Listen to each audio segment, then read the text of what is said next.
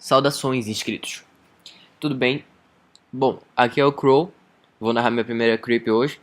Quem narrou a última foi o Crono, porque eu não estava presente, mas eu tô de volta. Bom, a creep que eu trago pra vocês hoje é bem interessante. Ela se chama Majora's Mask Ben. Talvez você já tenha escutado falar dela, talvez você já tenha escutado ela, talvez vocês já tenham lido ela. Se não leram, se não escutaram, se não ouviram falar, vocês conhecerão agora. Olá, meu nome é Matt, mas podem me chamar de Judas Ego, meu nick. Eu me mudei recentemente para o meu dormitório do colégio, começando com um aluno de segundo grau e um amigo me deu seu velho Nintendo 64 para que eu jogasse. Eu estava impressionado em saber que eu finalmente poderia jogar todos os jogos antigos da minha infância, que eu não tocava em pelo menos uma década. O seu Nintendo 64 veio com um controle amarelo e uma cópia de má qualidade de Super Smash Bros. E como querer não é poder, não preciso dizer que não demorou muito até ficar cansado de ganhar os CPUs. Naquele final de semana eu decidi dar uma volta por uma vizinhança durante 20 minutos, parando em todas as vendas de garagem, esperando conseguir alguns jogos por um bom preço, de pais ignorantes. Eu acabei comprando uma cópia de Pokémon Stadium, GoldenEye e F-Zero. Também comprei 2 controles por $2. Satisfeito, eu comecei a ir embora da vizinhança, até que uma última casa me chamou a atenção. Ainda não faço ideia porquê, mas algo meio que me arrastou pra lá.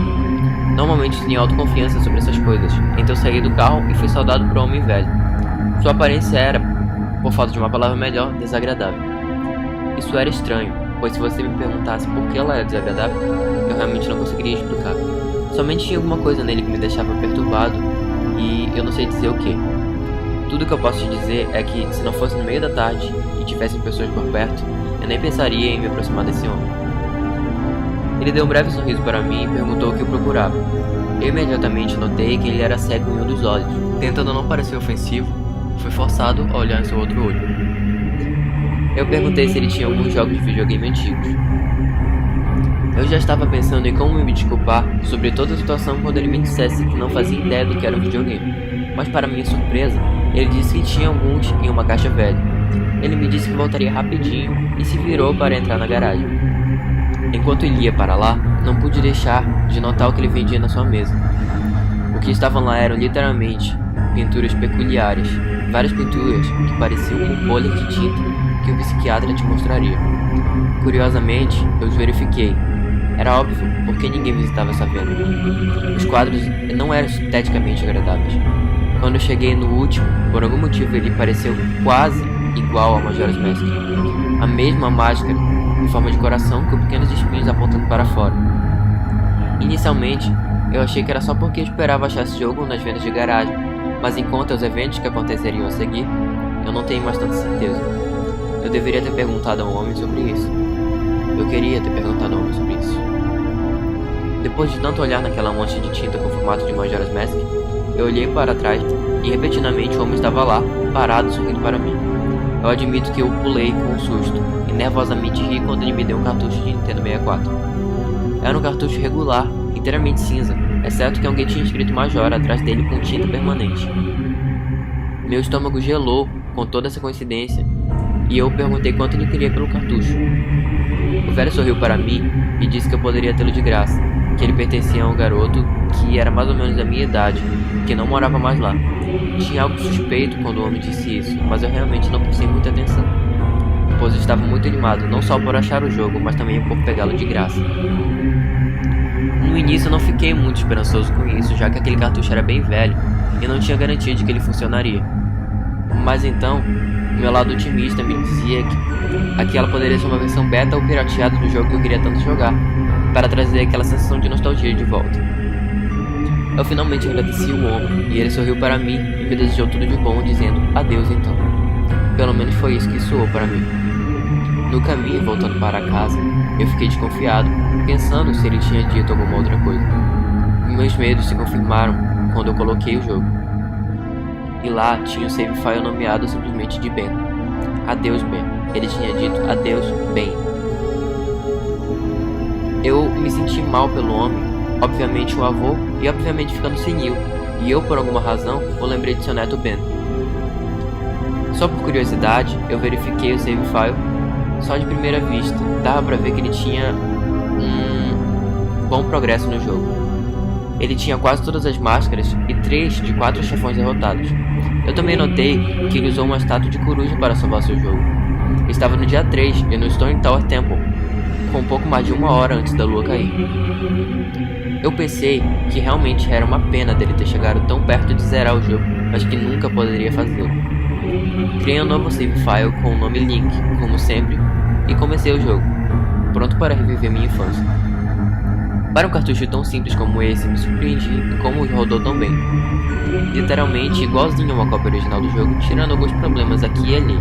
Texturas onde não pertenciam, flashes estranhos de filmes no jogo em certos intervalos, mas nada tão ruim. Porém, a única coisa que era um pouco perturbadora era que às vezes os NPCs me chamavam de Link e outras vezes me chamavam de Ben. Achei que era só um bug do jogo, algum problema no cartucho que trocava os nossos nicks, alguma coisa assim. Isso meio que me assustou depois de um tempo, até que pouco depois eu passei da Woodfall Temple e fui atrás dos meus save files e deletei Ben. Inicialmente eu pretendia preservar o save, em respeito ao dono original do jogo, mas eu não precisava de 2 arquivos. Esperando que isso resolvesse o problema, resolveu e não resolveu, pois depois disso os NPCs me chamavam de mais nada. Havia somente um espaço vazio onde meu nick deveria estar. Meu save file ainda estava com o nome Link. Porém, frustrado e com muita lição de casa para fazer, eu deixei o jogo de lado por um dia. Eu comecei a jogar o jogo novamente na noite passada, pegando os Lens of Truth e tentando completar a Snowhead Temple. Agora, alguns dos jogadores mais hardcore do Majora's Mask sabem do glitch do 4º dia. Para aqueles que não sabem, podem procurá-lo no Google, mas a ideia é bem seguinte. Na hora do relógio bater à meia-noite no último dia, fale com o astrônomo e olhe pelo telescópio. Se fizer isso corretamente, o relógio some e você tem mais um dia inteiro para terminar tudo o que esteve fazendo. Decidido a fazer o glitch para tentar zerar o Snowhead Temple, eu consegui fazê-lo corretamente na primeira tentativa e o relógio desapareceu. Porém, quando eu apertei B para sair do telescópio, ao invés de ser saudado pelo astrônomo, eu me encontrei na sala do chefe Majora no final do jogo, a pequena área encaixotada, encarando o Skull Kid flutuando logo acima de mim. Não tinha som, somente ele flutuando acima de mim e a música de fundo, que era a normal da fase, mas ainda assim assustadora. Imediatamente, minhas mãos começaram a suar. Isso definitivamente não era normal. Skull Kid nunca apareceria ali. Eu tentei andar pela área, mas não importava onde eu ia, Skull Kid sempre ficava olhando para mim e me encarando sem dizer absolutamente nada. Nada acontecia além disso, e isso continuaram por mais 1 minuto, até que o jogo aparentemente bugou. Quer dizer, eu achava, né, que tinha bugado. Eu já estava indo apertar o botão reset do videogame quando apareceu na minha tela. Você não tem certeza por quê, mas aparentemente tem uma reserva. Eu instantaneamente reconheci aquele texto. Você recebe essa mensagem quando ganha Rune Key do Anjo no Stock Putin.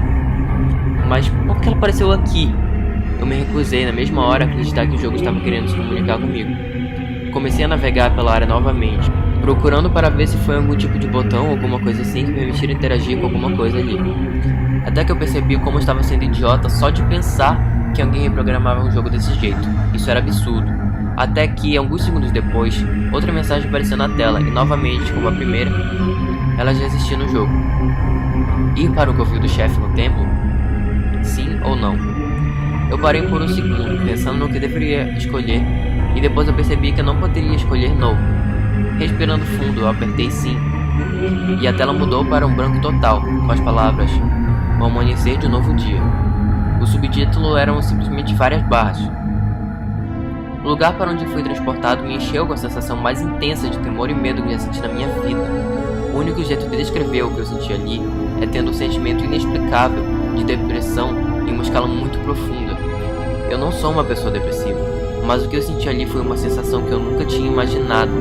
Foi uma presença muito retorcida e poderosa que parecia me encher com essa depressão. Eu apareci em algum tipo de versão Twilight Zone da Clock Town. Andei para fora da Clock Tower, como você normalmente faz quando começa o dia 1, somente para descobrir que todos os habitantes haviam sumido. Normalmente com o glitch do dia 4, você ainda pode achar os guardas e o cachorro que fica correndo em volta da torre. Porém, todos eles tinham sumido. Eles foram substituídos pela sensação desagradável de que eu estava sendo observado. Eu tinha somente 4 corações, e a Hero's Bowl, mas nesse ponto eu nem considerava o meu avatar, eu sentia que eu mesmo estava em algum tipo de perigo. Talvez a coisa mais aterrorizante era a música. Era Song of Healing, extraída diretamente do jogo, mas tocada ao contrário. A música ficava cada vez mais alta, te preparando cada vez mais, fazendo você achar que algo ia pular na sua frente a qualquer momento. Porém, nada aconteceu, e o loop constante começou a mexer com meu estado mental. E em alguns momentos eu ouvia a risada do Happy Mask Salesman no fundo, quieto bastante para que eu ficasse imaginando se eu estava realmente ouvindo coisas, mais alto o suficiente para me deixar determinado a achá-lo. Eu procurei nas 4 zonas da Clock Town, somente para não achar nada, ninguém. Texturas estavam faltando, eu estava literalmente andando no ar em West Clock Town. Toda a área parecia partida sem esperanças. Enquanto a Song of Healing, ao contrário, se repetia de novo, mais ou menos umas 50 vezes, eu me lembro de ficar no meio da Soft Clock Town, pensando e notando que eu nunca tinha me sentido tão sozinho assim em um jogo de videogame antes. Enquanto eu andava pela cidade fantasma, eu não sei se foi a combinação das texturas estranhas, da atmosfera do lugar e da melodia tenebrosa que um dia foi uma música tão pacífica e calmante e se tornaram uma melodia distorcida e perturbante, mas eu estava literalmente à beira das lágrimas. Eu não tinha ideia por quê. Eu dificilmente choro, mas alguma coisa estranha, uma poderosa sensação de depressão, me deixava daquele jeito. Eu tentei sair da Clock Town, porém toda vez que eu tentava sair, a tela ficava toda preta e eu simplesmente reaparecia em outra área da Clock Town. Eu tentei tocar minha ocarina, eu só queria fugir e definitivamente não queria mais ficar naquele lugar. Mas toda vez que eu tocava a Song of Time ou a Song of Soaring, o texto dizia: suas notas ecoam longe, porém nada acontece. Nesse ponto era óbvio que o jogo não queria que eu saísse dali, mas eu não tinha ideia por que ele estava me prendendo lá. Eu não queria entrar nos prédios, eu achava que eu seria muito vulnerável para o que me aguardava lá dentro. Não sei porquê, mas me veio a ideia de que se eu me afogasse no Laundry Pool, eu poderia reaparecer em alguma outra área fora desse lugar. Enquanto eu corria em direção ao lago, aconteceu. O Link segurou sua cabeça e a tela deu um flash por um momento do Happy Mask Salesman sorrindo para mim, não para o Link, para mim, junto com o grito do Skull Kid no fundo. E quando a tela voltou ao normal, eu estava encarando a estátua do Link. Eu gritei, enquanto aquela coisa me encarava com a expressão mais vazia e aterrorizante que eu já tinha visto. Eu me virei e corri de volta para Soft Clock Town. E para o meu horror, a porra da estátua ficava me seguindo, com uma sombra horripilante que criara vida. Às vezes, em certos intervalos, uma animação da estátua aparecendo atrás de mim acontecia. Era como se aquela merda estivesse me seguindo, ou, eu nem quero pensar nisso, me assombrando.